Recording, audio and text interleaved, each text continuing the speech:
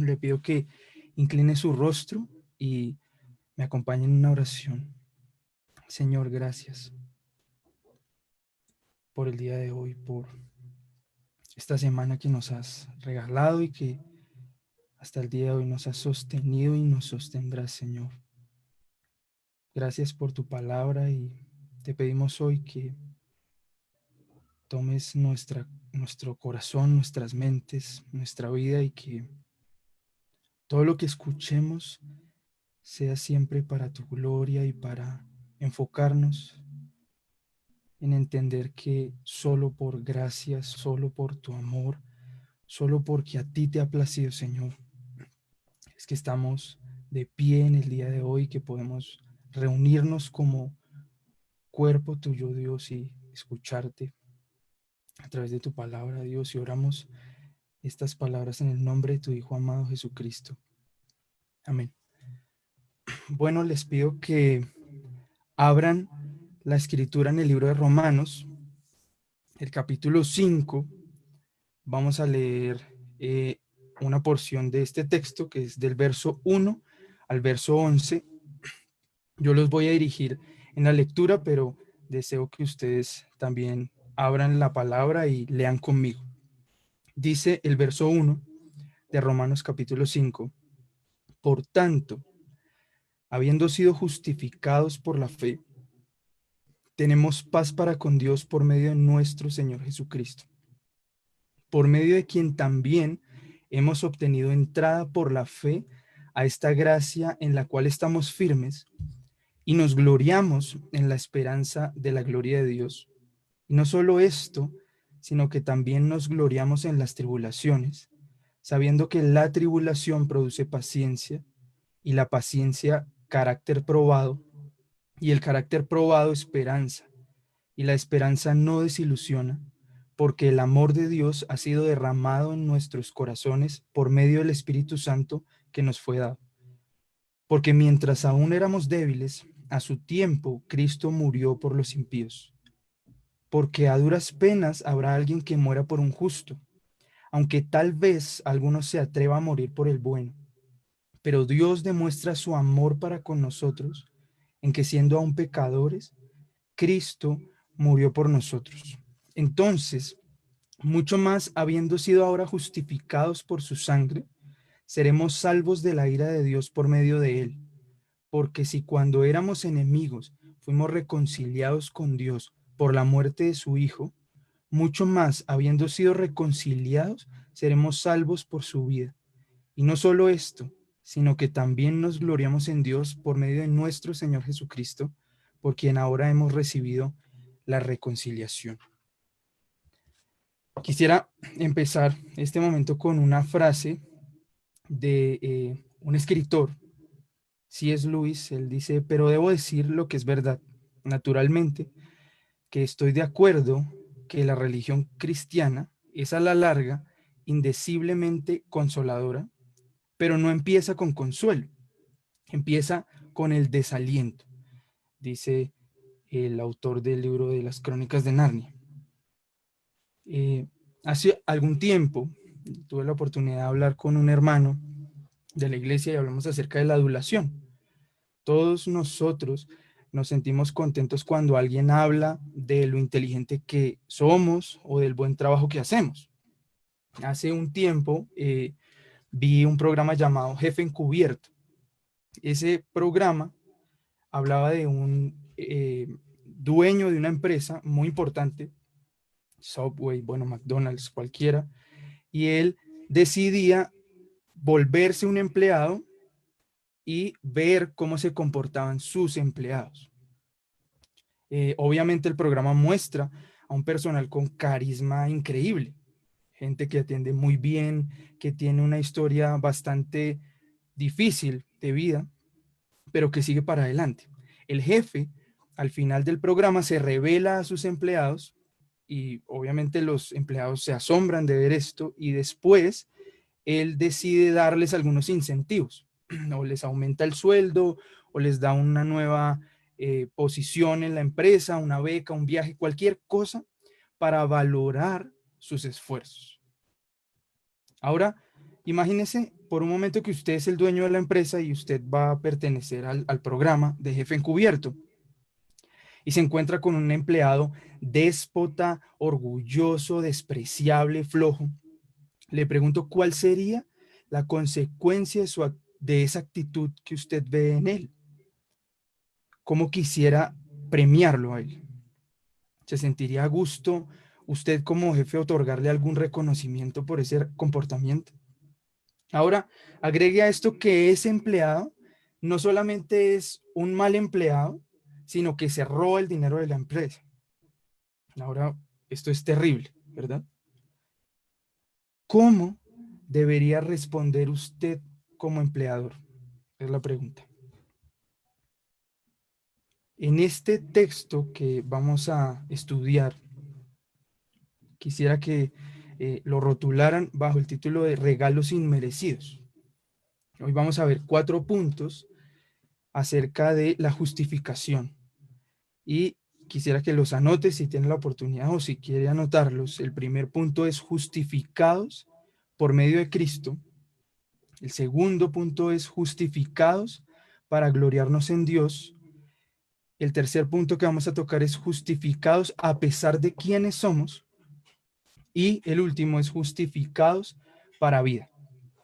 Cada uno de estos puntos va a tratar a fondo los beneficios que tenemos en Cristo a través de la justificación. Y vamos a empezar por el versículo 1. Le pido que nuevamente me acompañe a Romanos 5, verso 1, y dice, por tanto, habiendo sido justificados por la fe, tenemos paz para con Dios por medio de nuestro Señor Jesucristo. ¿Quién es el autor de esta carta? ¿Quién está escribiendo? Es el apóstol Pablo, ¿verdad? Pablo está con una misión en el caso del libro de Romanos, y en su ministerio como tal, él está dirigido hacia los gentiles.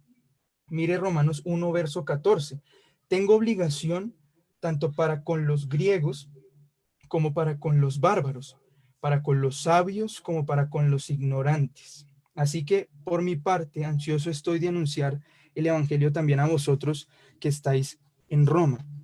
En el libro de Hechos, el capítulo 9, el verso 15, también se muestra que el objetivo de Pablo o su ministerio, dado por Dios, es para los gentiles. Sin embargo, en Romanos nosotros estamos viendo que es una ciudad que abarca no solamente a gentiles, sino también a judíos. Él está dirigiéndose tanto a judíos como a gentiles, se está dirigiendo a los dos públicos que realmente al final por Cristo son uno.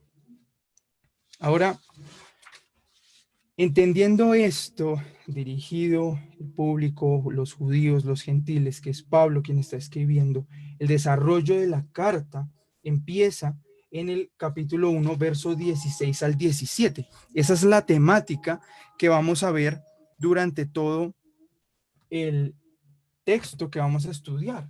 Romanos 1, 16 al 17 dice, porque no me avergüenzo del evangelio, pues es el poder de Dios para la salvación de todo el que cree, del judío primeramente y también del griego, porque en el evangelio la justicia de Dios se revela por fe y para fe, como está escrito, mas el justo por la fe vivirá. Pablo va a exponernos el evangelio en el libro de Romanos. A los romanos, Pablo no les había conocido. Por eso el deseo que él tenía de compartir sus dones a la iglesia de Roma. Pero en el desarrollo de esta carta, porque para llegar al capítulo 5, tuvimos que haber entendido lo que existe antes. Sabemos que él va a exponer el evangelio y él comienza hablando de la revelación de Dios a los judíos y los gentiles, cómo Dios se ha revelado a todo el mundo, que no es algo oculto o misterioso para el hombre, la revelación de Dios. Sin embargo, el hombre quiso cambiar la gloria de Dios. Capítulo 1, verso 22, profesando ser sabios se volvieron necios. Verso 23, y cambiaron la gloria del Dios incorruptible por una imagen en forma de hombre corruptible, de aves, de cuadrúpedos y de reptiles. El hombre pervirtió la imagen y la revelación que Dios hizo de sí mismo. Y esto trajo consecuencias al hombre. Ustedes lo pueden ver ahí mismo en la continuidad del discurso, en el verso 24 hasta el final del capítulo 1, hasta el verso 32. Ustedes ven que Dios los entregó a pasiones, y lo que hoy vemos es el resultado de un mundo que no reconoce a Dios como se ha revelado en las Escrituras. Pablo, en el capítulo 2 y de ahí en adelante hasta el capítulo 3, verso aproximadamente hasta el verso 18, Pablo empieza a hablar acerca de ninguno es libre de la condenación que ha traído esa rebelión contra Dios. Todos están condenados a un futuro de juicio, de ira. Ni el judío ni el gentil se pueden salvar de esta situación. Sin embargo, en el verso 19 del capítulo 3 dice, ahora bien sabemos que cuando dice la ley, lo dice a los que están bajo la ley para que toda boca se calle y todo el mundo sea hecho responsable ante Dios. Todos, a pesar de decir no conocer la ley está escrita en el corazón. Todos saben cuál es la regla de lo que debemos hacer como seres humanos. El punto es, nadie está exento, pero Dios ha provisto una solución. El verso 21 del capítulo 3 dice, pero ahora aparte de la ley, la justicia de Dios ha sido manifestada, atestiguada por la ley y los profetas. Es decir, la justicia de Dios por medio de la fe en Jesucristo para todos los que creen, porque no hay distinción. Dios nos ha traído una solución. En el capítulo 4 empieza a hablar acerca de cómo esto que teóricamente es una verdad, cómo se aplica en la vida, y a través de Abraham también se aplicó la justificación por fe.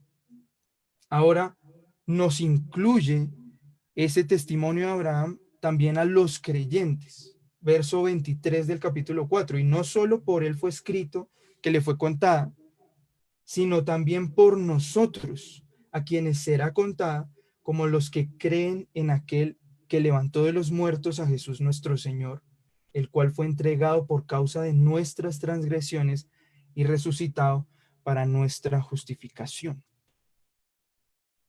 Ahora, todo lo que acabamos de ver es el desarrollo del discurso de Pablo acerca de la justificación, y el verso 5 inicia con un por tanto. Él está diciendo que todo lo que vimos atrás, esto es la consecuencia. Lo que va a empezar a hablar es una consecuencia. Por tanto, habiendo sido justificados, bueno, vamos a ir analizando parte por parte esos textos. Quisiera explicarle de una u otra manera, o en pocas palabras, el significado de la justificación. Significa perdonar el pecado pasado por medio de la obra de Cristo. Es hacernos justos por los méritos de otro, siendo Cristo el mediador de nuestra relación con Dios. Entonces, al creer, somos justificados y tenemos paz. Ahora, en el verso 1 del capítulo 5 dice, habiendo sido justificados por la fe, tenemos paz para con Dios. ¿Cómo podríamos definir la paz? Hay una definición que me llama la atención de un comentarista, y dice que la paz sería tanto un estado como una condición, el de reconciliación con Dios. Es la convicción interna de que todo está bien. Es la gran bendición que Cristo, por medio de su sacrificio expiatorio, otorga a la iglesia. Y ella, la paz, sobrepasa todo entendimiento. ¿No le parece esto hermoso? La tranquilidad nos la otorga Dios. Este es un excelente primer regalo. El primer regalo que vemos en este pasaje es justificados para tener paz. Piense esto por un momento. Cuando usted ha ofendido a alguien y siente la necesidad de pedir perdón, usted sabe que lo que usted hizo afecta la relación con esa persona. Ahora usted pide perdón y no solamente desea ser correspondido y que le diga a esa persona, bueno, te perdono, sino que usted también desea que la relación inicial que usted tenía con esa persona vuelva a la normalidad.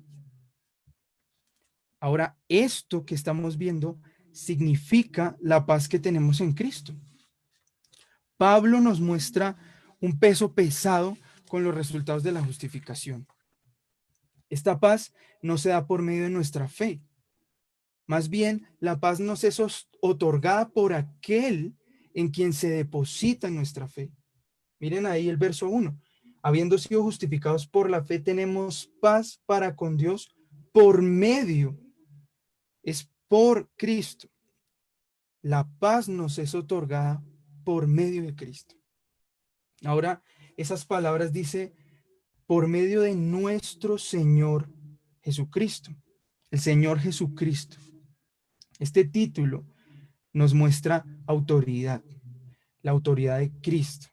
Miren, analicémoslo prácticamente en estas palabras que aparecen ahí. El Señor significa el supremo, el soberano, el soberano. Jesucristo es la unión de dos palabras. La primera, que es Jesús, que significa Dios ciertamente salvará, y la siguiente palabra, Cristo, que significa el ungido.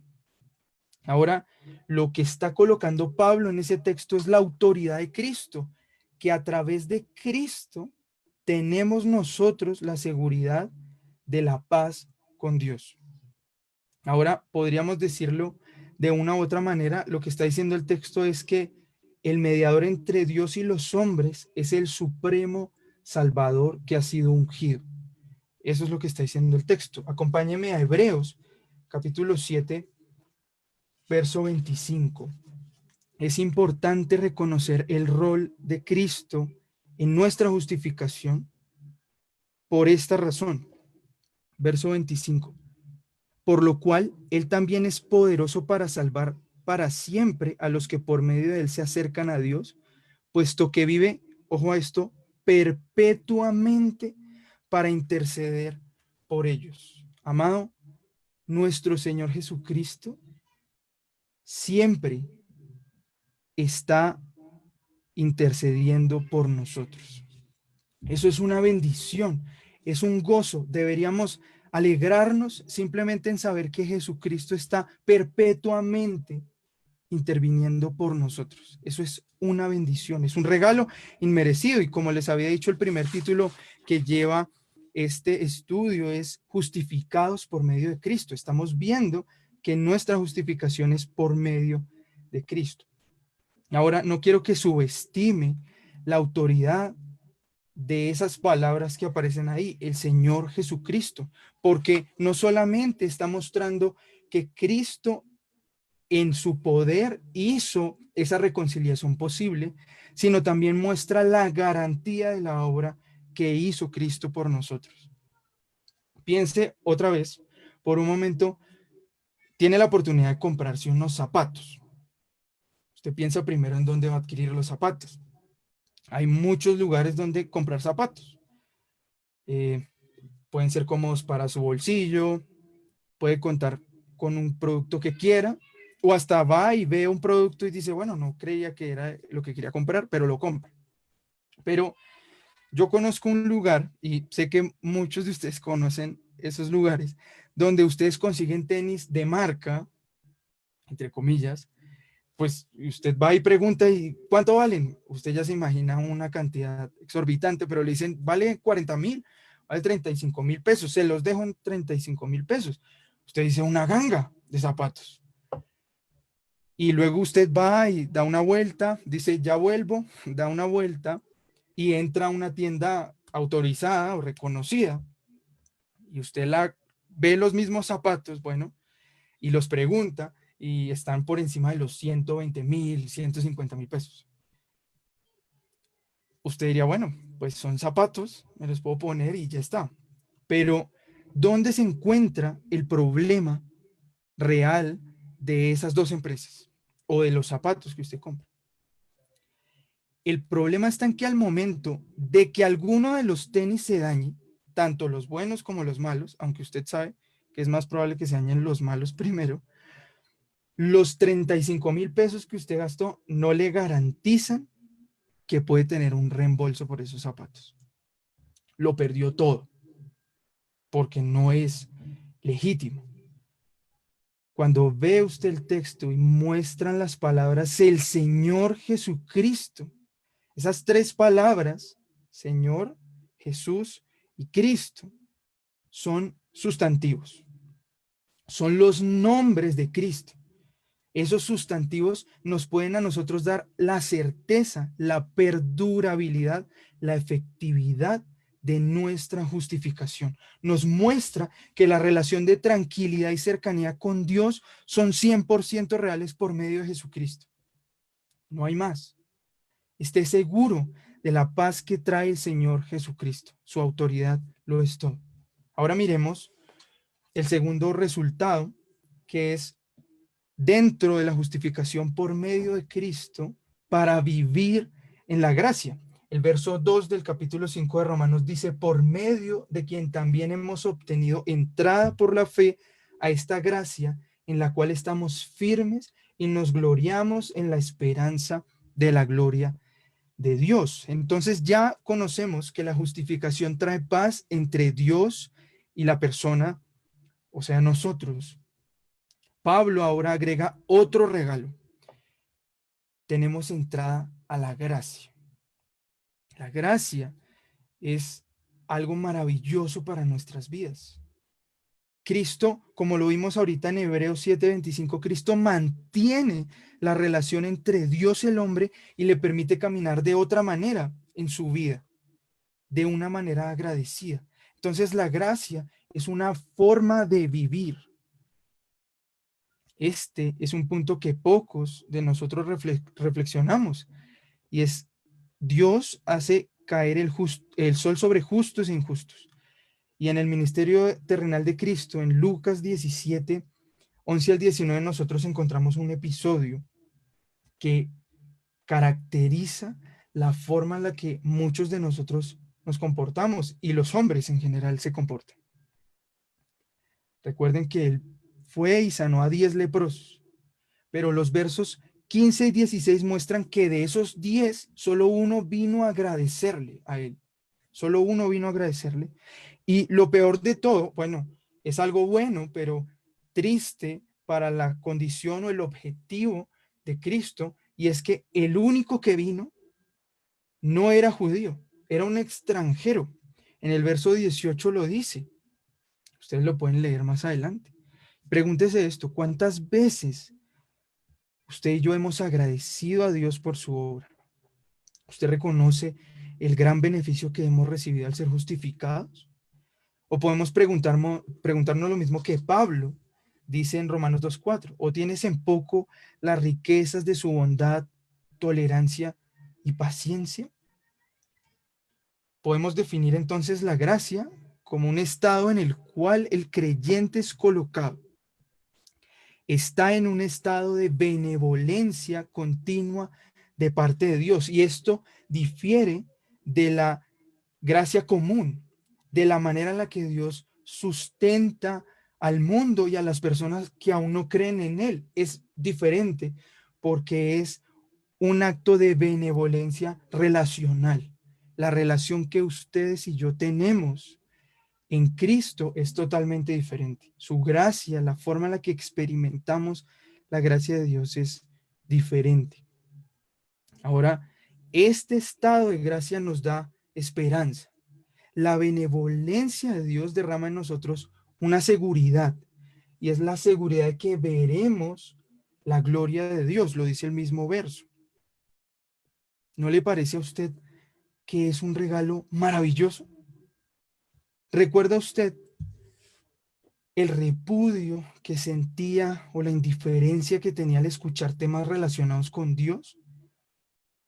Hace un tiempo también había visto un video, una canción. La canción muestra a un muchacho que le dan un volante predicándole el evangelio, y el muchacho es muy grosero. Él rasga el papel y se lo arroja en la cara a la persona que está predicándole.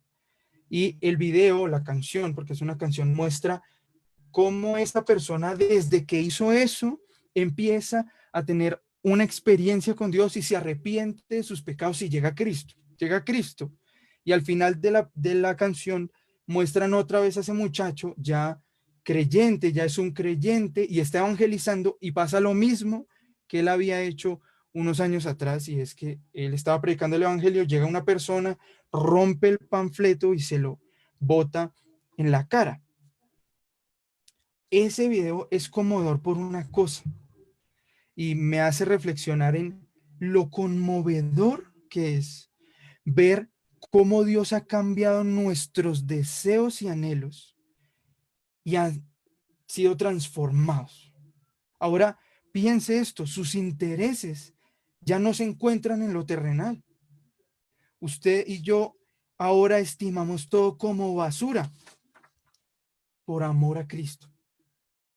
¿A usted no le parece que eso es un acto glorioso? La gracia de Dios ha sido derramada en nuestra vida para amar lo que antes no amábamos. ¿Tiene usted hoy este mismo deseo en corazón? Si lo tiene, permítame decirle que ha tenido acceso no solo a ser hecho justo en Cristo, sino también en caminar en la bondad de nuestro Dios. Otra vez, citando a C.S. Lewis, él dice algo que es para reflexionar también, y es: la bondad es o la gran seguridad o el gran peligro, según el modo en que reaccionéis ante ella. Estamos expuestos a ver la gracia de Dios como algo dado por Cristo o como algo que no tenemos. Continuando en el texto, en el verso 3, vamos a tomar ahora el segundo punto acerca de estos regalos inmerecidos, y es justificados para gloriarnos en Dios. Entonces ya vimos que es a través de Cristo, solo a través de Cristo, que hemos recibido la justificación, que a través de esa obra reconciliadora de Cristo tenemos paz para con Dios. Y además de ello, tenemos gracia, podemos estar o ahora andamos en la gracia. Ahora vamos a ver dentro del texto que también hemos sido justificados para gloriarnos en Dios. Y hay algunas formas en las que nos gloriamos en Dios. Miremos el verso 3 de Romanos 5. Dice el verso 3: y no solo esto, sino que también nos gloriamos en las tribulaciones, sabiendo que la tribulación produce paciencia. Voy a leer.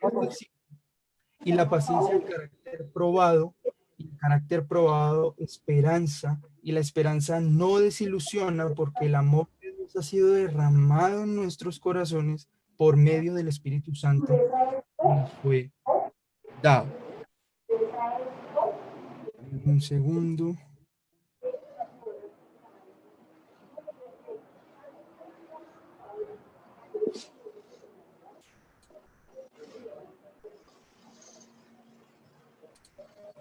Bueno, en el verso 3 estamos encontrando otro concepto u otro tema que vamos a empezar a tratar, y es: hemos sido justificados para gloriarnos en Dios en medio de las pruebas. No soy el tipo de persona que le gusta demorarse en un supermercado. Yo poco me gusta como estar tanto tiempo ahí aglomerado. En muchas ocasiones reviso en internet los productos, y si los puedo comprar por internet, pues mejor, mejor. Sin embargo, usted sabe, uno va al supermercado, encuentra algún producto y lo único que quiere usted es comprarlo porque es un buen producto, está económico, es asequible, y fuera de eso está en promoción. En promoción. A mí me gustan las promociones porque dicen 2 por 1, y vemos, me gusta comprar los desodorantes así, 2 por 1, sale más económicos, viene más, paga más, menos por eso, pero el punto es que nosotros estamos bombardeados de promociones. ¿verdad? Bombardeados. Usted en la televisión escucha que no solamente si llama a los primeros 200 personas se llevan un carro, se llevan una licuadora, bueno, en fin, cada persona está desesperada por ofrecerle a usted un producto que sea un ofertón y usted hasta los busca. Pero lo que vemos aquí en este texto y lo que estamos viendo en el verso 3 al inicio dice, y no solo esto, no solo esto. Hermano, las promociones del mercado, todo lo que usted ve, tiene una diferencia abismal con lo que Dios nos ofrece. Y es que de semejante cantidad de regalos que el Señor nos da, nosotros no estábamos buscando ni siquiera la reconciliación con Dios. No lo estábamos buscando. Entonces, encima de no buscarlo, nos es dado. Nos es dado el regalo de la justificación y además nos son entregados no solo la justificación, sino otros beneficios. Usted diría, ¿pero qué es esto? Es el deseo de Dios que se manifiesta en nuestra vida. Por eso el verso 3 empieza con, y no solo esto. Es como si el autor dijera, espere un momento, no solamente usted ha sido justificado para tener paz para con Dios, no solo ha sido justificado para estar en la gracia, sino que hay más. Usted dice, esto es un bombardeo de beneficios que usted y yo recibimos. Lo único que usted y yo podemos hacer es sentarnos y ver todo lo que el Señor nos está ofreciendo. Son más beneficios para su vida. Noten que el verso 3 dice, y no solo esto, sino que también nos gloriamos. Nos gloriamos, hay que entenderlo como nos gloriamos en Dios, no por nuestros méritos. No somos nosotros los que adquirimos eso por algo que hayamos hecho, sino que nos gloriamos en Dios porque estábamos alejados totalmente de Él y aún así hemos recibido tanto de Dios y es lo que queremos descubrir en estos pasajes. Ahora, esa frase, nos gloriamos, puede traducirse también como nos alegramos. Entonces, nuestra alegría se encuentra en la seguridad que tenemos de que algún día veremos la gloria de Dios. La pregunta es, bueno, en este momento no podemos ver la gloria de Dios, ¿verdad? Hemos sido glorificados, no hemos sido llevados con Cristo en el arrebatamiento, todavía no ha pasado nada de eso. ¿Cómo podemos gloriarnos hoy? Hoy, porque le está diciendo nos gloriamos. Es algo que está pasando en este momento. Como hace un momento habíamos dicho, estamos seguros que vamos a ver a Dios. Y eso es nuestra alegría, nuestro gozo, nuestra gloria. Pero ahora también nuestra gloria tiene que manifestarse en medio de nuestra vida como cristianos. Y ahora es lo que va a exponer Pablo. Pablo quiere decir a los creyentes que todos los problemas que han venido, vienen y vendrán, son la manera en la que Dios quiere que manifestemos gozo. Eso para muchos es algo escandaloso. ¿Cómo los problemas que vienen, han venido y vendrán? Es la forma en la que tenemos para gloriarnos en Dios. Aquí, y es lo que quiero que veamos, hay un proceso que es maravilloso. Vamos a verlo parte por parte, pero primero tenemos que entender algo, y es que Roma, en la época en la que se escribió la carta a los romanos, bueno, fue probablemente en el tercer viaje misionero de Pablo. Esto está aproximadamente en el año 56 al 58 después de Cristo. Pero antes de todo esto, en el año 40, hubo un exilio de Roma, sacaron a los judíos de Roma, y todo esto había pasado hace unos 14 años, y en unos años más, unos 5 o 6 años más, iba a haber un problema también de persecución, y en el año 70 la destrucción de Jerusalén. Entonces, iban a venir problemas, los problemas en la iglesia estaban pasando y problemas en el pueblo judío también, porque era un pueblo muy difícil.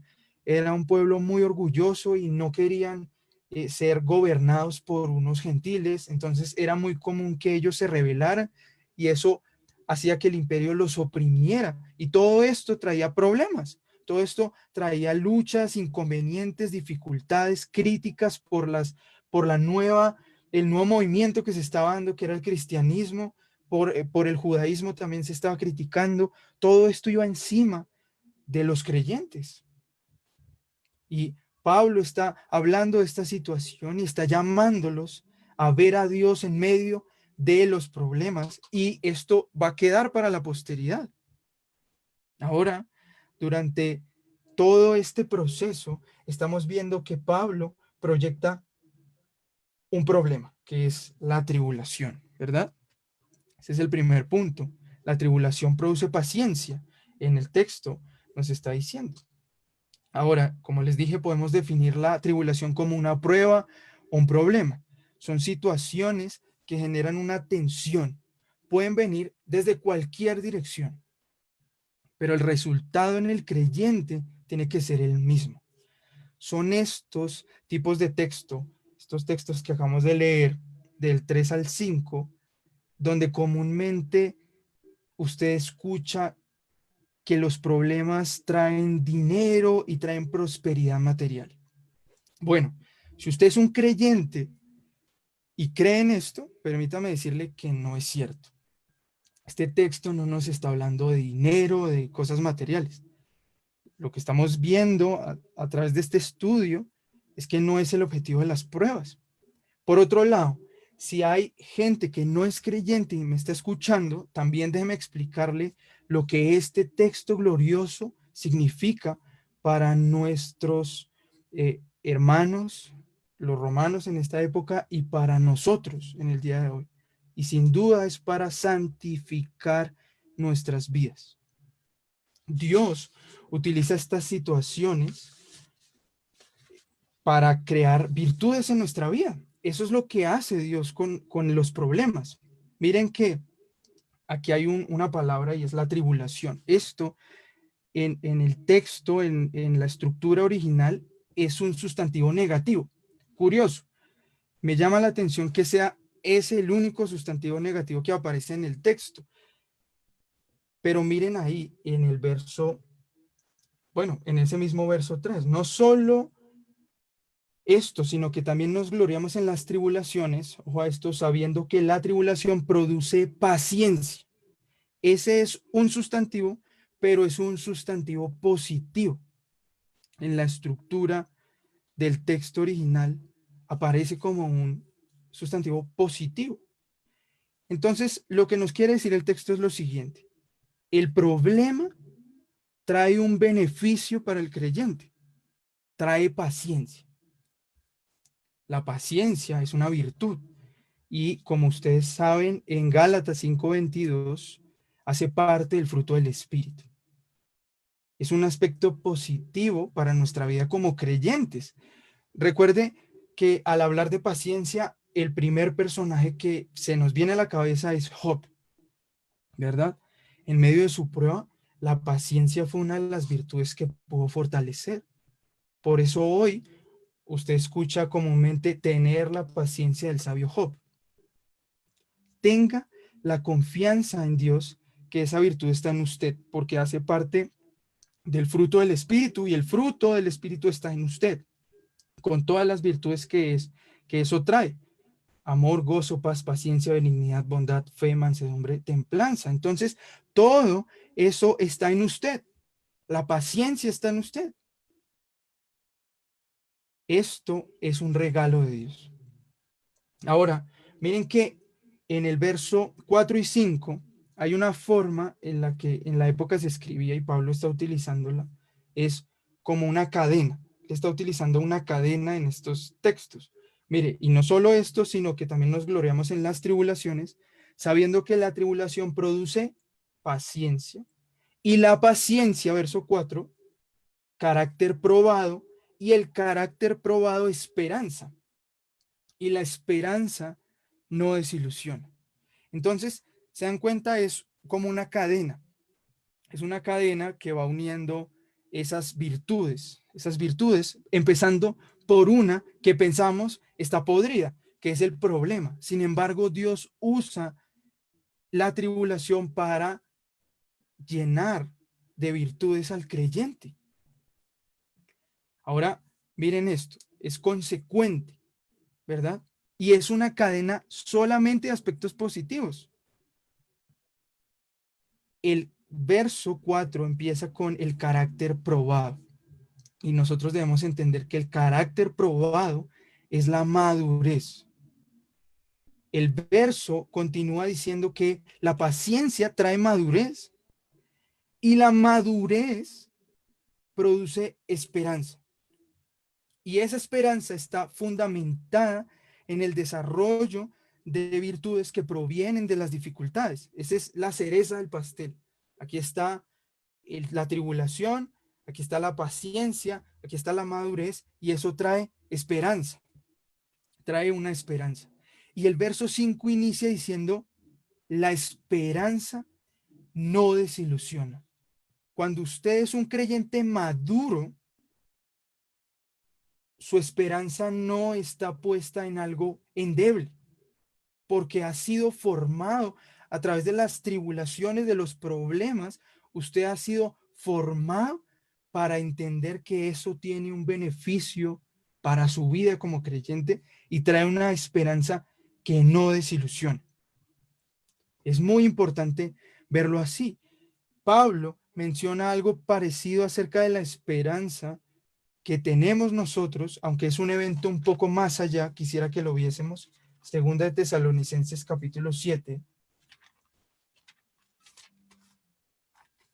versículos, segunda de Tesalonicenses 1, versos 7 al 10. Dice así, voy a leer desde el verso 6, porque después de todo es justo delante de Dios retribuir con aflicción a los que os afligen y daros alivio a vosotros que sois afligidos, y también a nosotros, cuando el Señor Jesús sea revelado desde el cielo con sus poderosos ángeles en llama de fuego, dando retribución a los que no conocen a Dios y a los que no obedecen al evangelio de nuestro Señor Jesús.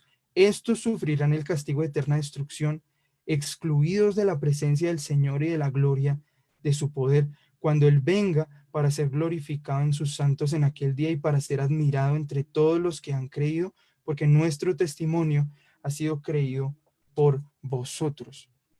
Entonces, sin duda, esto es un evento escatológico, es algo que no ha pasado y no va a pasar todavía, porque hay algo que antecede a todo esto, pero el punto es nuestra fe está puesta y nuestra esperanza está puesta en Cristo, siendo coronado con gloria y reinando con poder. Eso es una esperanza fuerte en la vida de un creyente, y que en medio de todos los problemas, como creyentes y como creyentes que van madurando, debemos tener puesta nuestra esperanza en esa gloria que no desilusiona. A pesar de que muchos hoy, en el día de hoy, se burlen de esto, de lo que esperamos, de nuestra redención, de ser llevados con Cristo y luego venir con Cristo, y Cristo viniendo con poder para juzgar. Muchos, a pesar de burlarse de ello, nosotros tenemos puesta nuestra esperanza en un evento y en algo glorioso que no nos va a desilusionar. Y aquí hay una razón. En la actualidad, muchos libros son creados con el fin de encontrar soluciones a sus problemas, ¿verdad? Una nueva posición de yoga, el fatalismo de considerar el horror de la vida y la futilidad de esta, pero el Señor, en su infinita misericordia, nos habla de la esperanza que tenemos, la manera en la que debemos vivir, ejercitando nuestra vida espiritual por medio de la firmeza en el camino de la gracia, y nos muestra todo esto por medio de su palabra. Es por medio de la palabra de Dios que vemos nuestra esperanza. Ve la importancia que tiene dedicarse a la lectura de la palabra. Amado, no nos detengamos de mantenernos en esta actividad tan preciosa. Recuerde, un día alejado de su palabra es un día perdido. Ahora, esto se conecta con el verso 6. Y aquí pasamos a nuestro tercer punto, que es justificados a pesar de quiénes somos. En el verso 6 dice, porque mientras aún éramos débiles, a su tiempo Cristo murió por los impíos. Ahorita quisiera que observáramos el poder que tenemos por Dios de sobrellevar los problemas. Y esto es algo importante. Ahí en el verso 5 antes de saltarnos al verso 6 él dice que ha sido derramado en nuestro corazón. La esperanza no desilusiona porque el amor de Dios ha sido puesto en nuestro corazón. Y es importante entender el amor de la forma correcta. Noten algo antes, y es que ya vimos que la autoridad de Cristo es el garante de nuestra justificación. Ahora vamos a ver que quien tuvo el deseo de crear ese puente para reconciliarnos fue el mismo Padre. Y vemos que el amor que ha sido colocado ha sido por medio del Espíritu Santo. Esto es una actividad trinitaria. El trino Dios se manifiesta en nuestra vida haciendo esta obra maravillosa. Es un trabajo perfecto, de una unidad perfecta de la deidad. Y esto es maravilloso. Ahora, el Espíritu Santo no solo derrama el amor de Dios, sino que también nos fue dado como una promesa de Cristo. Y no solamente eso, sino que Él es el ejecutor de nuestra maravillosa constancia en el camino de la vida. Él es el que nos redarguye de pecado. Y además de ello, el Espíritu Santo es la garantía de que somos hijos de Dios. Eso, con la ayuda del Señor, el pastor lo va a tratar en el libro de Efesios, el capítulo 1, verso 13 al 14. ¿Se dan cuenta lo maravilloso que ha sido el Señor con nosotros? Que la Trinidad ha trabajado para salvarnos y todo para la gloria de Dios, no para nosotros. Y eso es lo que vamos a ver en el verso 6. Porque mientras aún éramos débiles, a su tiempo, Cristo murió por los impíos. Y quisiera tomar un ejemplo. Hace un tiempo también lo había dado, pero en Transmilenio una señora subió, bueno, cuando se podía subir a Transmilenio, porque hace bastante tiempo no hemos utilizado el servicio de la forma como antes, pero una señora una vez se subió, era una señora creyente y bueno, iba a evangelizar, no iba a pedir dinero, iba a evangelizar y ella empezó cantando unos coritos y pues bueno, yo honestamente considero que estaban mal cantados. No me gustó cómo cantó y pues parece que a la gente tampoco le gustó cómo cantó la señora. Y ella al ver cómo la gente se reía, o bueno, no se reían así como en su cara, pero sí comentaban y murmuraban y se reían. Ella se ofendió mucho y yo dije, bueno, está bien, cantó feo, pero el mensaje va a componer todo esto. La mujer quiere evangelizar y esto es una bendición, pero yo creo que fue peor el resultado de su mensaje porque todas las frases que utilizó las tomó como ella ha alcanzado la gloria de Dios y ella es salva y ustedes no y se van a pudrir en el infierno. Eran las palabras que ella utilizó. Se dañó todo el mensaje, ¿verdad? Y yo creo, no, yo creo que la señora quería hacer un buen trabajo, pero bueno, se dejó llevar por lo que estaba pasando y yo considero que pasó porque sin duda ella olvidó estos textos que vamos a ver ahora. Y es que ella olvidó el regalo que recibió a pesar de lo que era. Ese fue un problema. Ahora, cuando vemos el texto, el verso 6 empieza porque mientras aún éramos débiles. Ese por qué está conduciendo la misma idea que está adelante.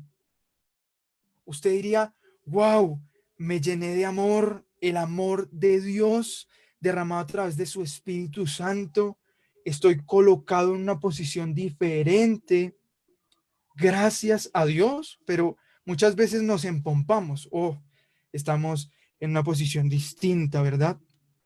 Pero el texto, el verso 6 empieza, porque mientras aún éramos débiles. Y este argumento la señora lo olvidó por completo. Piense esto, con todas las riquezas maravillosas que hemos recibido, nuestra condición carnal está motivada a enorgullecerse.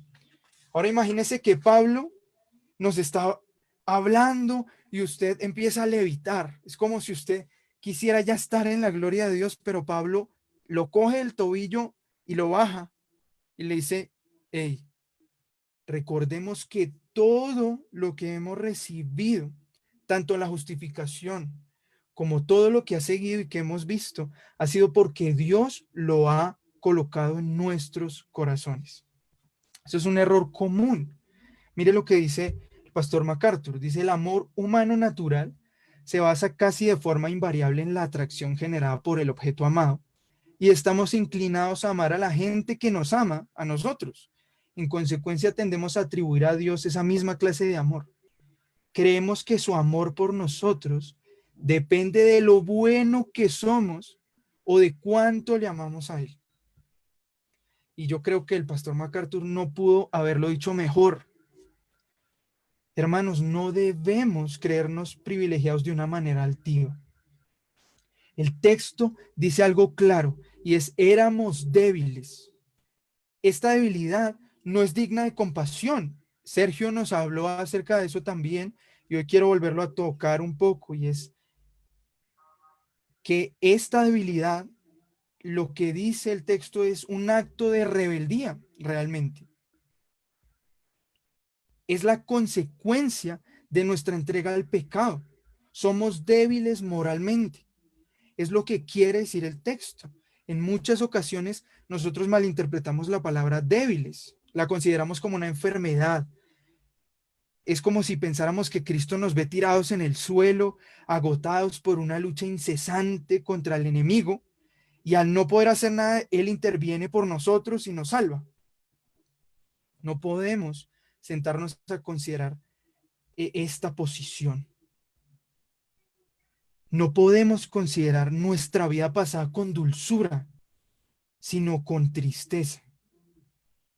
Mire estas palabras y creo que Pablo en Romanos 5, 6 al 8 está hablando de él mismo.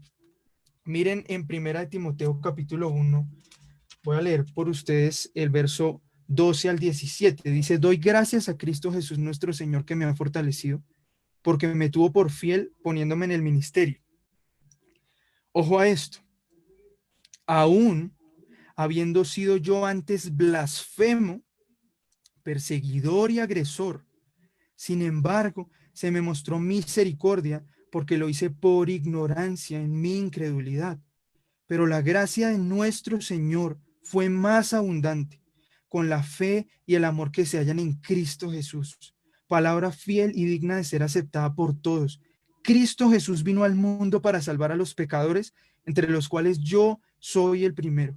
Sin embargo, por esto hallé misericordia, para que en mí, como el primero, Jesucristo demostrara toda su paciencia como un ejemplo para los que habrían de creer en él para vida eterna. Y debemos hacer lo mismo que Pablo hizo en el verso 17. Por tanto, al Rey eterno, inmortal, invisible, único Dios, a él sea honor y gloria por los siglos de los siglos.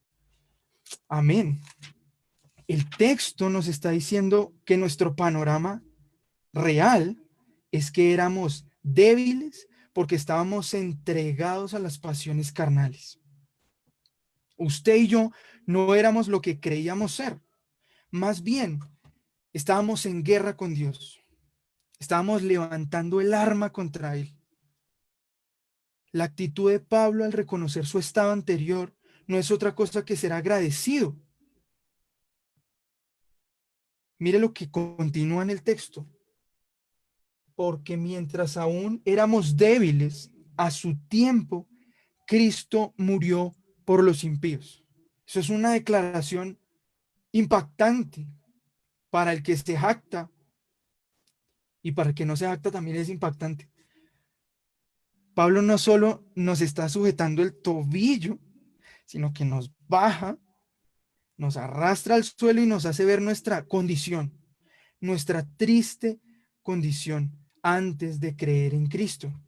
Esa frase tiene un significado importante y ese significado se va a repetir en el verso 8 con palabras más vehementes, sin duda. Continuando ahí, dice que Cristo murió por los impíos. La palabra morir, bueno, es fuerte, es una palabra fuerte, pero creo que no contiene la información suficiente que posee el texto realmente, como lo escribió Pablo. Y es, este texto utiliza una palabra, apetzanen, que significa ser asesinado. Esto muestra que Cristo permitió que hombres lo tomaran, le hicieran un daño físico severo. Ahora él está siendo asesinado por hombres malvados. Esto lo confirma el primer discurso de Pedro en Hechos 2:36, usted lo puede leer, y también la oración de los discípulos en Hechos 4:27. Ahora, aún siendo asesinado, Cristo está tomando el lugar de los impíos. El impío es un adjetivo, es una cualidad, pero la forma en la que está escrito es un genitivo. Esto está enfatizando la condición del hombre. Él, desde su ser, desde todo su ser, él es una persona rebelde, es una persona rechazada por Dios, es un hombre que no ama la piedad. Ojo a esto es importante. El impío no es el que rechaza a Dios, el impío es el que Dios ha rechazado, y eso es algo triste. Los irreverentes. Cristo fue asesinado por ellos, y no solo eso, sino que Cristo murió por ellos. Mire el verso 7, porque a duras penas habrá alguien que muera por un justo, aún, aunque tal vez alguno se atreva a morir por el bueno, dice el verso 7. Y esto porque es importante. ¿Recuerda usted la analogía del inicio, cuando hablamos del jefe encubierto? Pues es normal que una actitud correcta de un empleado motive al empleador pues a darle un incentivo, una beca o lo que sea. Después de todo se lo merecen, ¿no? O bueno, creemos eso. Pero el contexto de la carta nos muestra que para el Imperio Romano sacrificarse era algo bueno y era un acto heroico. Se dice que las personas que llegaban a una guerra sin ningún rasguño eran unos cobardes porque no habían dado su vida por el imperio, no querían morir por alguien, por su nación, y la nación era algo bueno. Eran personas que querían morir por su nación y por la gente de bien. Ahora usted dice sacrificar su vida. Eso lo colocaría en última instancia, ¿no? No estamos dispuestos a entregar nuestra vida ni siquiera por una persona que lo mereciera. Estoy seguro que muchos de nosotros no lo haríamos, y en situaciones muy difíciles creo que no nos arriesgaríamos. Y este texto hace un énfasis en lo que cuesta entregar la vida. La palabra puede traducirse como difícilmente. A duras penas se puede decir como difícilmente o escasamente o trabajosamente. Pablo está diciendo eso, y para que él diga eso tuvo que haber censado a toda una nación para decir, bueno, el 98% dice que es difícil que lo harían. Pero ¿sabe qué? No era necesario que Pablo hiciera ese tipo de censo para saber cuántas personas son capaces de morir por.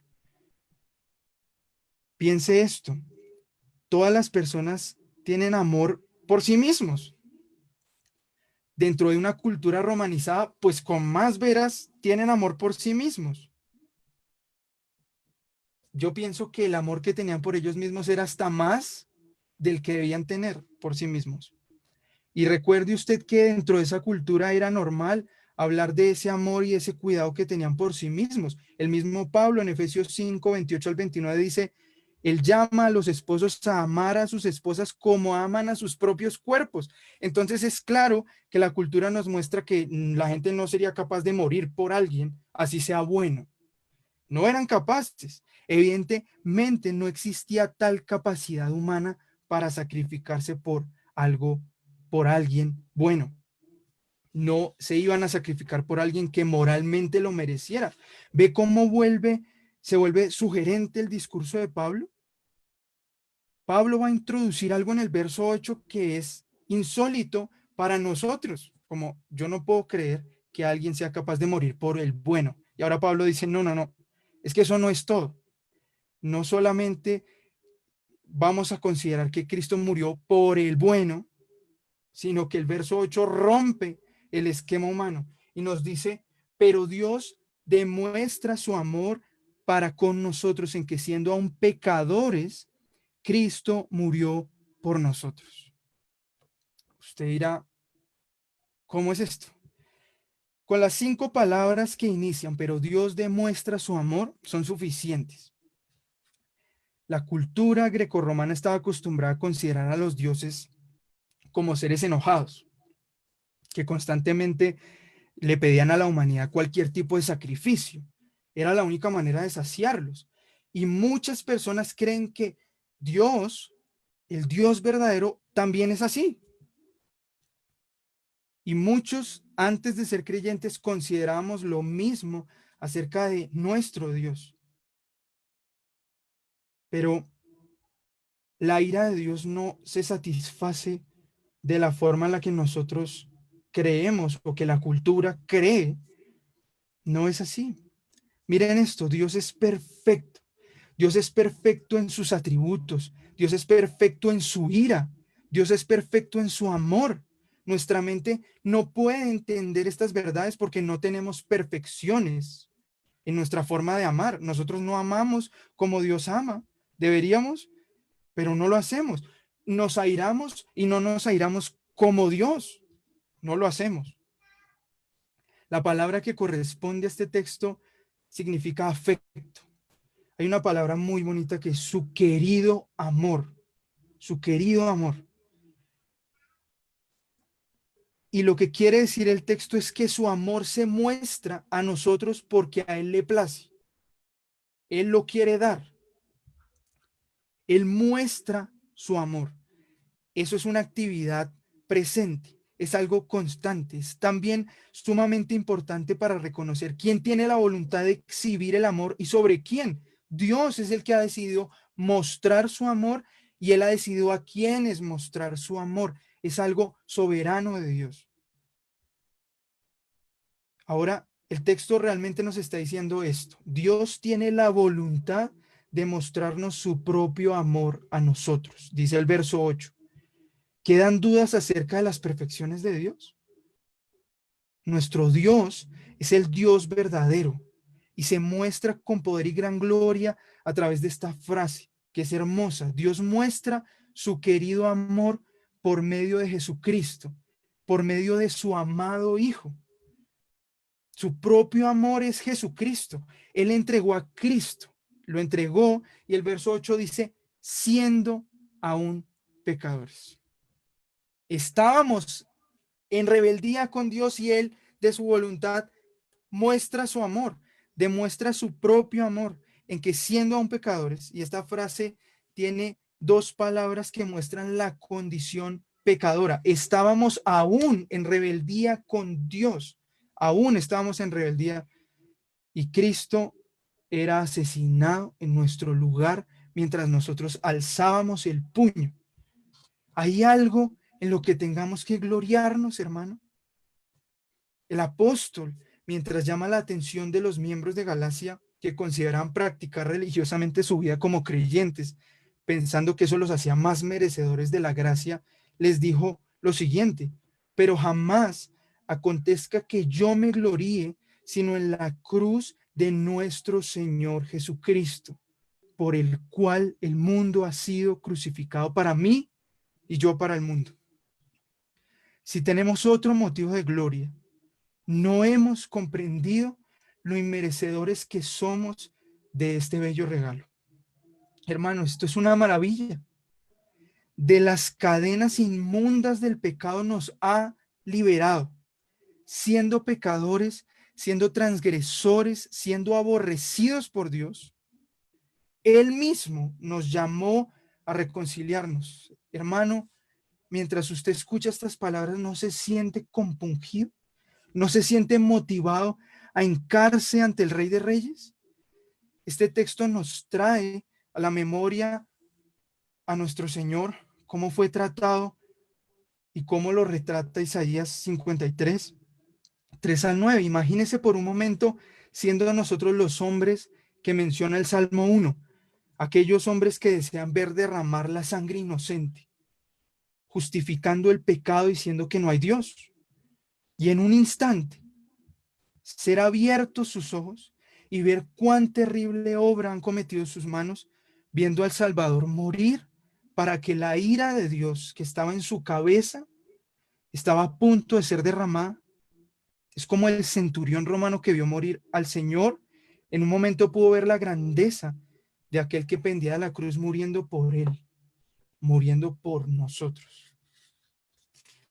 Ahora, nuestra última sección nos habla en el verso 9 al 11 que hemos sido justificados para vida. Entonces, haciendo el recuento, hemos sido justificados por medio de Cristo, justificados para gloriarnos en Cristo, justificados a pesar de lo que somos, y ahora vemos lo último que es justificados para vida. Y el verso 9 nos dice entonces mucho más, habiendo sido ahora justificados por su sangre, seremos salvos de la ira de Dios por medio de él. Después de ver la maravillosa obra de nuestro Dios, Pablo sigue, no se quedó ahí, continúa mostrándonos regalos. Esa pausa de los versos 6 al 8 eran muy necesarios para llenarnos de la sabiduría divina en cuanto a nuestra vida. Ahora sí podemos cantar que nos ha liberado. Con ese conocimiento podemos estar seguros de que la libertad que nos ha dado el Señor es real. Hay una frase de John Newton, un escritor, dice, no soy lo que debo ser, no soy lo que quiero ser, no soy lo que espero ser en el más allá, pero aún así no soy lo que era. Y ojo, por la gracia de Dios soy lo que soy. Ahora, teniendo esto como premisa, Pablo continúa en el verso 9 diciendo entonces, o sea, esa palabra utiliza una consecuencia, está hablando de una consecuencia. Después de todo lo que dijo hasta el verso 8, él dice ahora o entonces, esta consecuencia está llamando a tener conciencia de todo lo que se mencionó anteriormente y él dice mucho más. Muestra esa palabra tanto la eficacia de la obra de Cristo como la distancia que ha colocado entre nuestra antigua posición y ahora nuestra posición ante Dios. Aquí aparece una preposición que llama mucho la atención, es por su sangre. El verso 9 dice, entonces mucho más habiendo sido ahora justificados por su sangre. Recordemos las palabras de nuestro Señor cuando mencionó la dependencia que tenemos de Él en Juan 15:5. Separados de Él no somos nada. Si no estamos dentro de Él o en Él, no somos identificados como hijos. ¿Recuerda usted cuando el ángel de la muerte pasó por las calles de Egipto para matar a los primogénitos? En Éxodo capítulo 12, una de las señales que los israelitas tenían que hacer era colocar en el dintel de la puerta, tenían que poner la sangre del cordero. Y esa señal hacía que el ángel pasara y no destruyera a los primogénitos.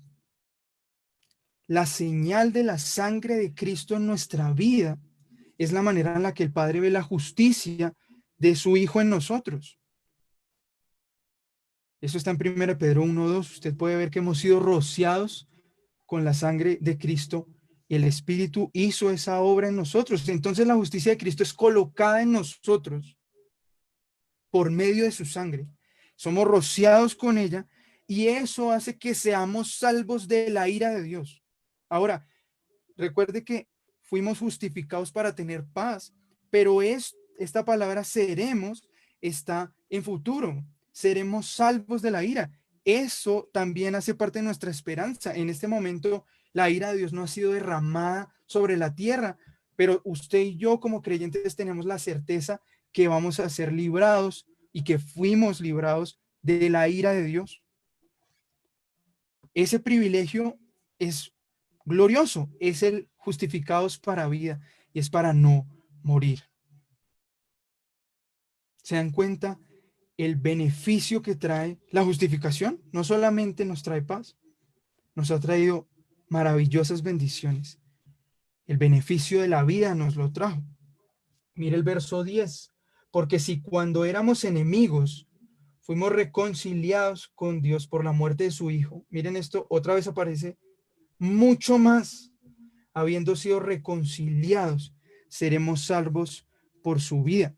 Un error que muchas veces cometemos es limitar la obra de Cristo a la cruz. Tenemos que comprender que la resurrección trasciende para beneficios eternos en nuestra vida también. Es por medio de la resurrección de Cristo que recibimos la esperanza de ser hechos conforme a la imagen de Cristo. Eso está en Romanos 8:29 y en 1 de Juan 3:2. La resurrección de Cristo nos muestra una salida del pecado. Morimos a ellos. Y eso es un beneficio que tenemos gracias al sacrificio de Cristo. Y el sacrificio de Cristo y la resurrección de Cristo ha traído beneficios para vida eterna en nuestra vida. Esto es maravilloso, hermano. Bien, no quería detenerme tanto en el verso 10 por la razón del tiempo, pero quiero que veamos el verso 11, que es nuestro último verso, y es, seremos, bueno, estoy leyendo la última parte del verso 10, seremos salvos por su vida. Y no solo esto, yo creo que lo que debemos decir es como, pero ¿cuántas bendiciones han pasado? Y ahora me dicen el verso 11, y no solo esto, recuerda dónde está esa misma frase en el verso 3. Y no solo esto, dice el verso 3, y ahora el verso 11 nos dice lo mismo. Y no solo esto. ¿Cómo? Observando todas las maravillas de Dios en tan pocos versos. Usted diría, ¿hay algo más? Y él nos dice, sí, hay algo más, no solo esto. ¿No es suficiente? Nuestro conocimiento de Dios nunca termina, hermano, sino que se fortalece. Todos estos conceptos que hemos visto maravillosos se condensan en el verso 11. Nos gloriamos en Dios por medio de nuestro Señor Jesucristo. La gloria invisible de Dios se hace visible a través de Jesucristo. La persona de nuestra adoración es Cristo. ¿Cómo puede gozarse usted en la esperanza de la gloria de Dios? Es la pregunta que hicimos hace un tiempo también. Viendo la manifestación gloriosa de Dios en la tierra, es decir, viendo a Jesucristo. Esa sería una de nuestras conclusiones. ¿Quiere vivir gloriándose en la esperanza que tiene de ver la gloria de Dios? Mire a Cristo. Nuestra alegría está entonces depositada aquel en quien me amó y se entregó a sí mismo por mí, como dice Pablo en Gálatas 2:20. Nos gloriamos. Esa actitud en usted y en mí debe ser permanente. Si usted ha comprendido lo que hemos estudiado en el día de hoy, el agradecimiento y gloriarse en Dios es una actitud permanente en nosotros como creyentes. Nuestra alegría se encuentra en Cristo y esa conciencia interior nos fortalece para seguir viviendo para Dios. Y el verso termina diciendo, por quien ahora hemos recibido la reconciliación. Esa palabra quiere decir un cambio en una de las partes inducida por una acción de la otra. Una nueva relación con Dios. Un cambio en una de las partes. Dios ha decidido cambiar nuestra vida y nosotros hemos cambiado. Eso es la reconciliación. Hermano, yo Le pido que así como Pablo se goza en mostrar esta hermosa exposición acerca de todo aquello con que hemos sido bendecidos en Cristo Jesús, puedan ustedes llenarse de alabanza y agradecer a nuestro Dios, porque sin merecerlo nos ha dado entrada al reino de los cielos y nos permite vivir no en la eternidad, sino ahora. Desde este momento nos permite vivir como ciudadanos del maravilloso reino que Cristo obtuvo por su muerte triunfante en la cruz. Oremos. Padre, cuán agradecidos estamos por el tiempo que nos has concedido de ver tus riquezas. Perdónanos, Señor. Muchas veces hemos tomado con tanta ligereza lo que significa haber sido justificados, que el conocimiento que hemos adquirido de ti sea aplicado a nuestras vidas, trayendo gozo, edificándonos en la esperanza que solamente tú has derramado para vivir esta vida siendo unos testimonios reales de todo lo que tú has hecho, no por méritos propios, sino por tu inmensa misericordia, porque te ha placido, Señor. Ayúdanos a que en medio de este crecimiento y esta hermosa revelación que has dado a nuestras vidas, a través de tu perfecta palabra, podamos predicar el Evangelio y sean agregadas más personas para que participen de estas riquezas. Gracias, Padre, porque abriste nuestros ojos para disfrutar de ti. Ten misericordia de aquellos que se niegan en manifiesta rebeldía hacia ti, que puedan comprender el pecado tan atroz de vivir sin ti y que vengan al conocimiento tuyo y poder gloriarnos todos por medio de Cristo Jesús. Amén.